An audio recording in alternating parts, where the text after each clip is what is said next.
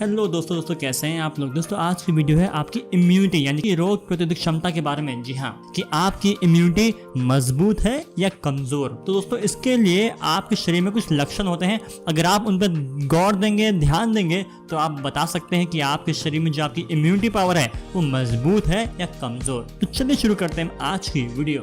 दोस्तों अगर आपकी इम्यूनिटी कमजोर है तो उसका सबसे पहला लक्षण होता है आपका पेट का खराब होना। जी हाँ दोस्तों, अगर आपका पेट बिना किसी दवा के, बिना किसी गोली के या फिर बिना किसी चूरन के अपने आप ही आपका पेट साफ हो जाता है तो इसका मतलब यह है कि जो आपकी इम्यूनिटी है वो स्ट्रांग है। दोस्तों अगर आपको किसी दवा की जरूरत पड़ती है टॉनिक की अपना पेट साफ करने के लिए, तो दोस्तों इसका मतलब है आपके शरीर में कोई दिक्कत है। इसका मतलब यह है कि जो आपके शरीर की अशुद्धियां हैं यानी कि टॉक्सिन्स वो आपके शरीर से बाहर नहीं निकल पा रही हैं। तो अगर ऐसा है तो आपकी जो इम्यूनिटी पावर है वो थोड़ी कमजोर रहेगी। जी दूसरा लक्षण है आपका वजन। जी हाँ दोस्तों, क्या आपका वजन एकदम नॉर्मल रेंज में है? दोस्तों जितने आपकी हाइट के हिसाब से आपका वजन होना चाहिए, तो क्या आपका वजन उतना ही है? अगर हाँ तो दोस्तों ऐसे में आपकी इम्यूनिटी स्ट्रांग होगी। जी, और अगर आपका वजन ज्यादा है तो आपकी इम्यूनिटी कम होगी, क्योंकि मोटापे का सीधा सीधा असर आपकी इम्यूनिटी पावर पर भी पड़ता है। जिनके शरीर पर ज्यादा मोटापा आ जाता है उनकी इम्यूनिटी पावर कमजोर हो जाती है। किसी भी कारण से अगर आपका वजन आपके नॉर्मल रेंज से कम है, यानी कि जिनका वजन कम है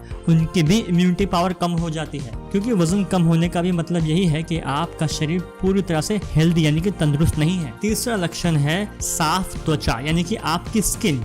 तो क्या आपके स्किन के ऊपर कोई समस्या तो नहीं है? अगर आपके स्किन पर कोई समस्या नहीं है तो ऐसा होने पर मैं यही कहूंगा कि आपकी इम्यूनिटी ठीक काम कर रही है। लेकिन अगर आपकी त्वचा पर कोई समस्या है, आपको स्किन से जुड़ा हुआ कोई बीमारी या रोग है, आपकी त्वचा पर बहुत ज्यादा फोड़े, फुंसी या पिंपल्स निकलते हैं, कील मुहासों की बहुत ज्यादा समस्या है, आपके चेहरे पर दाग धब्बे पड़े हुए हैं, झाइयां बहुत ज्यादा है, तो फिर आपकी जो इम्यूनिटी पावर है वो थोड़ी कमजोर है। जी चौथा लक्षण है आलस यानी कि सुस्ती। दोस्तों क्या आपको पूरे दिन में बहुत ज्यादा सुस्ती या आलस बना रहता है? दोस्तों अगर ऐसा है तो इसका मतलब यही है कि आपके शरीर में कैसे न कैसे तौर पर या कोई ना कोई कमी जरूर है, और अगर ऐसा है तो इससे आप ये पता लगता है कि आपकी इम्यूनिटी थोड़ी कमजोर है। दोस्तों ये चीज तो आपने देखी होगी कि भोजन यानी कि आप जब भी खाना खाते हैं उसके बाद थोड़ी सुस्ती तो आती है सबको, ये नॉर्मल है, तो उसको आप इग्नोर कर दीजिए। लेकिन उसके अलावा अगर आपको सुस्ती बनी रहती है, उठने का मन नहीं करता, काम करने का मन नहीं करता, तो फिर इसका मतलब यह है कि आपकी जो इम्यूनिटी पावर है वो थोड़ी कमजोर है। पांचवा लक्षण है तेज भूख। दोस्तों क्या आपको तेज भूख लगती है? अगर तेज भूख लगती है तो आपकी इम्यूनिटी पावर बिल्कुल ठीक काम कर रही है। लेकिन समस्या जब होती है जब आपको अगर भूख ना लगने की शिकायत हो,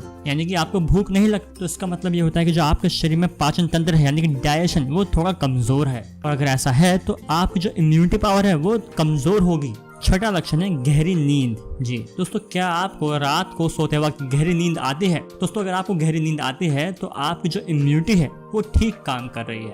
लेकिन अगर आपको गहरी नींद नहीं आती है और नींद भी आपको देर से आती है, तो फिर आपकी जो इम्यूनिटी है वो कमजोर होगी, क्योंकि दोस्तों नींद ना आने से आपके शरीर की जो इम्यूनिटी पावर है वो कमजोर होती है। सातवां लक्षण है दोस्तों शरीर में दर्द। जी दोस्तों, क्या आपके शरीर में हमेशा कभी ना कभी कोई ना कोई दर्द हमेशा बना रहता है? जैसे कि घुटनों का दर्द, जोड़ों का दर्द, कमर का दर्द, या फिर कोई भी दर्द जो आपके शरीर में हमेशा बना रहता है, पिंडलियों में दर्द, सर में दर्द, या फिर किसी भी तरह का दर्द। तो अगर ऐसा है तो दोस्तों आपकी जो इम्यूनिटी है वो थोड़ी कमजोर होगी। जी, लेकिन अगर आपके शरीर में किसी भी तरह का कोई भी दर्द नहीं है तो आपकी इम्यूनिटी मजबूत है। आठवां लक्षण है खुशी। जी दोस्तों, क्या आप हमेशा खुश बने रहते हैं, खुशहाली घर में रहती है, आपको गुस्सा कम आता है? तो अगर ऐसा है तो आपकी जो इम्यूनिटी है वो स्ट्रांग होगी यानी कि मजबूत। लेकिन अगर आप हमेशा उदास रहते हैं, मायूसी आपके छाई रहती है, गुस्सा बहुत ज्यादा आता है, दोस्तों इन सब का असर आपकी इम्यूनिटी पावर पर पड़ता है, और जो आपकी इम्यूनिटी है वो थोड़ी कमजोर होगी। तो दोस्तों इन लक्षणों की वजह से आप समझ चुके होंगे और आपको महसूस हो गया होगा कि आपकी जो इम्यूनिटी है वो कहाँ पर स्टैंड करती है, उसकी क्या स्थिति है आज की डेट में आपकी लाइफ में। दोस्तों अगर इन सभी 8 लक्षणों की बात की जाए, अगर आपके सारे आंसर हाँ हैं, यानी कि आपको सारी चीजें बिल्कुल फिट हो रही हैं, तो इसका मतलब यह है कि आपकी इम्यूनिटी बहुत स्ट्रांग है। और अगर सभी के जो लक्षणों के उत्तर बिल्कुल ना है, यानी कि आपकी नेगेटिव रिपोर्ट आ रही है सब में, तो इसका मतलब यह है कि आपकी जो इम्यूनिटी है वो कमजोर है। और अगर आपके जवाब कुछ हाँ है कुछ ना है तो आपकी इम्यूनिटी भी उसी तरह से कम ज्यादा हो सकती है। लेकिन आप घबराइए मत, मैं आपको दोस्तों 2 काम बताऊंगा, अगर आप वो करते हैं तो चाहे आपकी इम्यूनिटी कैसे भी हो, किसी भी स्टेट पे हो, अब इस टाइम पर आपकी इम्यूनिटी इंक्रीज होगी, बढ़ेगी और आपको बहुत फायदा होगा। तो सबसे पहला काम है व्रत, यानी कि उपवास या फिर कहें तो रोजा, कुछ भी कह लीजिए। अगर आप ये रखते हैं तो दोस्तों इससे जो आपकी इम्यूनिटी है यानी कि रोग प्रतिरोधक क्षमता वो बढ़ेगी। दोस्तों जो हमारे पुराने वेद हैं, शास्त्र हैं, उनमें हजारों सालों से ये बात लिखी गई है कि अगर आप व्रत रखते हैं तो इससे आपका जो शरीर है वो तंदुरुस्त होगा, मजबूत होगा। आपकी जो मन की और तन की शुद्धि होती है, प्यूरिफिकेशन होता है। लेकिन आज का जो मॉडर्न साइंस है, मेडिकल साइंस है, वो भी इस बात को मानता है। ऐसी बहुत सी रिसर्च और स्टडीज हुई हैं जिसमें ये पाया गया है कि व्रत रखने से आपके शरीर की जो इम्यूनिटी है वो स्ट्रांग होती है। ये बात मैं इसलिए बता रहा हूँ आपको क्योंकि दोस्तों आजकल की जो मॉडर्न जनरेशन है, पीढ़ी है, वो पुरानी बातों को नहीं मानती है और वो सोचती है अरे ये सब बकवास है, हम क्यों माने, और वो कहते हैं हम तो साइंस की बात मानेंगे। तो इसलिए मैं आपको यही कह रहा हूँ कि पुराने ग्रंथों ने तो ये बात कही थी, लेकिन जो मॉडर्न साइंस है वो भी इसी बात को कह रहा है और वो पुष्टि कर रहा है कि व्रत रखने से आपकी जो इम्यूनिटी पावर है वो स्ट्रांग होगी। तो इसलिए आप व्रत रखें।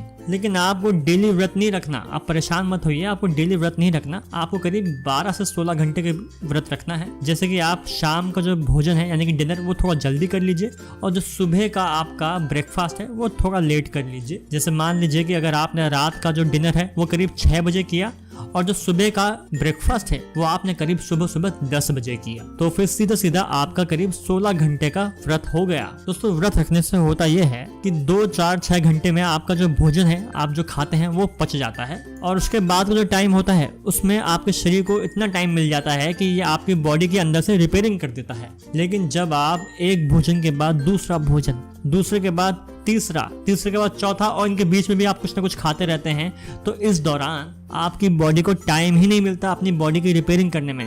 तो फिर आप शाम का जो डिनर है वो जल्दी खाइए और जो सुबह का ब्रेकफास्ट है उसे आप लेट खाएं और बीच में आप कुछ भी ना खाएं। इससे ऐसा करने से आपकी जो इम्यूनिटी है वो इंक्रीज होगी और आपको बहुत फायदा होगा। कम से कम 14 घंटे या फिर 16 घंटे का व्रत आप जरूर रखें। तो दोस्तों दूसरा काम क्या करना है आपको अपनी इम्यूनिटी को मजबूत बनाने के लिए, कि आपको सुबह सुबह का जो ब्रेकफास्ट है, सुबह का जो नाश्ता है, उस नाश्ते में आपको सिर्फ और सिर्फ फल खाने हैं। जी, जो भी मौसमी फल होते हैं उन्हीं फलों को आपको सुबह सुबह नाश्ते में खाना है और इसके अलावा कुछ नहीं खाना है। अगर आप ऐसा करते हैं तो ऐसा करने से आपको बहुत ज्यादा न्यूट्रिएंट्स और पोषण तत्व मिलेंगे, बहुत ज्यादा न्यूट्रिशन मिलता है, आपके जो फल हैं वो बहुत जल्दी हजम हो जाते हैं और आपके शरीर को अपनी रिपेयरिंग अंदर से करने में बहुत हेल्प मिलती है। दोस्तों अगर आप ये 2 काम करते हैं तो हफ्ते 10 दिन में ही आपको जो मैंने लक्षण बताए थे उसमें सुधार होगा। तो दोस्तों मैं चाहूंगा कि आप इस वीडियो को अपने दोस्तों के साथ, परिजनों के साथ जरूर शेयर करें ताकि दोस्तों इन सबकी इम्यूनिटी मजबूत हो सके। क्योंकि दोस्तों जो अभी समय चल रहा है, क्योंकि दोस्तों जैसा कि आप देख रहे हैं जो समय चल रहा है इसमें एक मजबूत इम्यूनिटी होना बहुत जरूरी है। तो इसलिए आप इसको शेयर करें ताकि उनकी भी इम्यूनिटी मजबूत हो और उनको फायदा पहुंचाएं।